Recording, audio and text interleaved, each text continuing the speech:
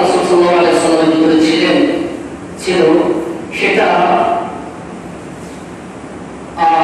যখন আল্লাহ রাসূল সাল্লাল্লাহু আলাইহি ওয়াসাল্লামকে মক্কার কুরাইশরা নামার সিদ্ধান্ত নিয়েছেন, ওই রাতে আবু বকরকে নিয়ে উনি মদিনার উদ্দেশ্যে রওনা দিয়েছেন। হ্যাঁ, কি দিয়েছেন? রওনা দিয়েছেন। আর যাওয়ার সময় কাকে রেখে গিয়েছেন? হ্যাঁ, রাজা আলী মাশাআল্লাহ মাশাআল্লাহ হযরত আলী রাদিয়াল্লাহু তাআলা আনহু রেখে গিয়েছেন।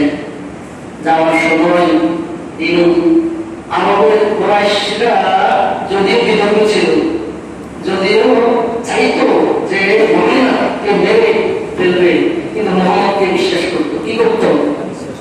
বিশ্বাস করতো। এই বিশ্বাস করার কারণে আল্লাহ রাসূল সাল্লাল্লাহু আলাইহি ওয়াসাল্লামকে আল আমিন বলে দিয়েছেন। তারা দিয়েছে, ঠিক আছে। যারা আল্লাহ রাসূল সাল্লাল্লাহু আলাইহি ওয়াসাল্লামকে হত্যা করার জন্য এত বড় উপায় লেগেছে, তারাই কি তাকে আল আমিন বলে দিয়েছে। আজকে ছোট্ট একটা কথা মাথায় রাখবেন, আল্লাহ রাসূল সাল্লাল্লাহু আলাইহি ওয়াসাল্লাম যাকে মানবে সে জাহান্নামী। সে কি? আল্লাহ রাসূলের যদি কেউ কতল হতেন সে কি? জাহান্নামী। আবার আল্লাহ রাসূলের যদি কেউ হাত দিত সেও জাহান্নামী। কথাটা কি বুঝে আসছে? হ্যাঁ, কি বুঝে আসছে?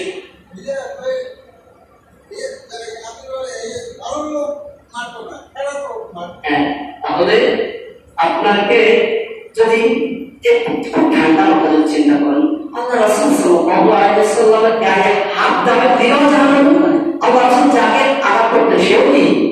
জাহান্নামী। রুকানা নামক একজন কুস্তিগীর ছিল। কি ছিল? কুস্তিগীর। আরবের তৎকালীন সময়ে একজন কুস্তিগীর ছিল, নাম ছিল রুকানা। অনেক বড় কুস্তিগীর ছিল। আল্লাহ রাসূলের জীবনে আলোচনা করতে গেলে আসলে শেষ করা যাবে না। আল্লাহ রাসূলের যেহেতু রবিউল আউয়াল মাস, এই সময় আসলে আল্লাহ রাসূলের জীবনে আলোচনা করা, আল্লাহ রাসূলের জীবনে আলোচনা করে আসলে শেষ করা যাবে? শেষ করা যাবে না। তো আমার একজন কুস্তিগীর ছিল। সাহাবীরা বলতেন, ইয়া রাসূল, আপনি ওনার সাথে যাবেন না। কি করেন না? যাবেন না, এই আপনার ক্ষতি করে ফেলবেন। আল্লাহ রাসূল তার ঘরে একটু সাহস করে চলে গেছে। বলছে, আমাকে যদি কেউ আঘাত করে যদি ইসলাম দীক্ষিত হয়, যদি ইসলামের দিকে আসে, ইসলামের ছায়া বলে আসে, তাহলে সেটা আমার জন্য অনেক বড় পাওনা। ঠিক আছে? তো আল্লাহ রাসূল বলেন যে তুমি কবুল করো। কি করো? আল্লাহ রাব্বুল আলামিনের দিন ফিরে আসো। বলো যে ইয়া রাসূল, আপনি যদি আমাকে কুস্তিতে হারিয়ে দিতে পারেন তাহলে আমি আপনার কি করবো? আপনি আপনার সাথে কি করবো? আমি আপনার ধর্ম গ্রহণ করবো। দেখেন সে কি শর্ত দিয়েছে। সে জানে আমি অনেক বড় একজন কুস্তিগীর। আমি কি? আমি অনেক বড় একজন কুস্তিগীর। আমাকে কিন্তু হারাতে পারবে, সেটা চিন্তা করে সে কি করবো? সে চিন্তা করবো যে না, আমাকে তো হারাতে পারবো না, যার জন্য সে একটা শর্ত দিয়ে দিল। এখন তো বলবো ঠিক আছে, দেখো শুরু হলো। তো ইসলাম একটা কথা মাথায় রাখবেন, ইসলাম শান্তির ধর্ম।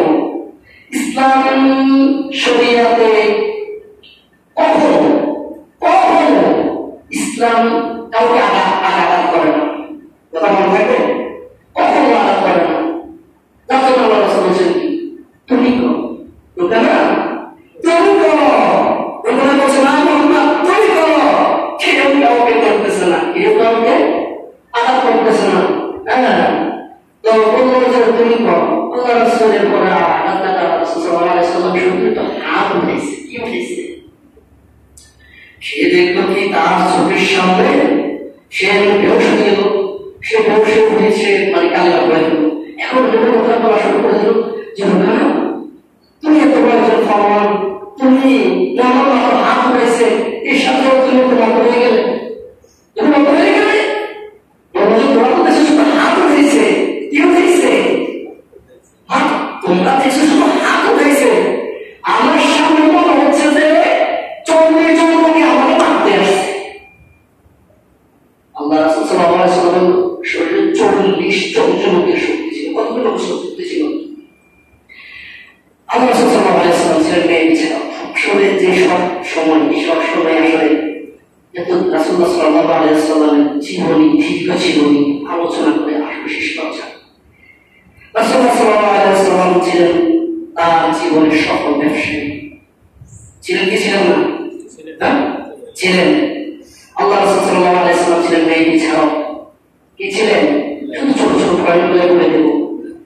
ওনার জীবনের সর্বক্ষেত্রে কোন সেক্টর বাঁধতে পারবেন না ওনাকে, কোন সেক্টর, প্রত্যেকটা সেক্টর ওনাকে পাবে। রাজনীতিবিদ হিসেবেও ছিলেন, হ্যাঁ, ধর্ম প্রচারক হিসেবেও ছিলেন আল্লাহ রাসূল সাল্লাল্লাহু আলাইহি ওয়াসাল্লাম।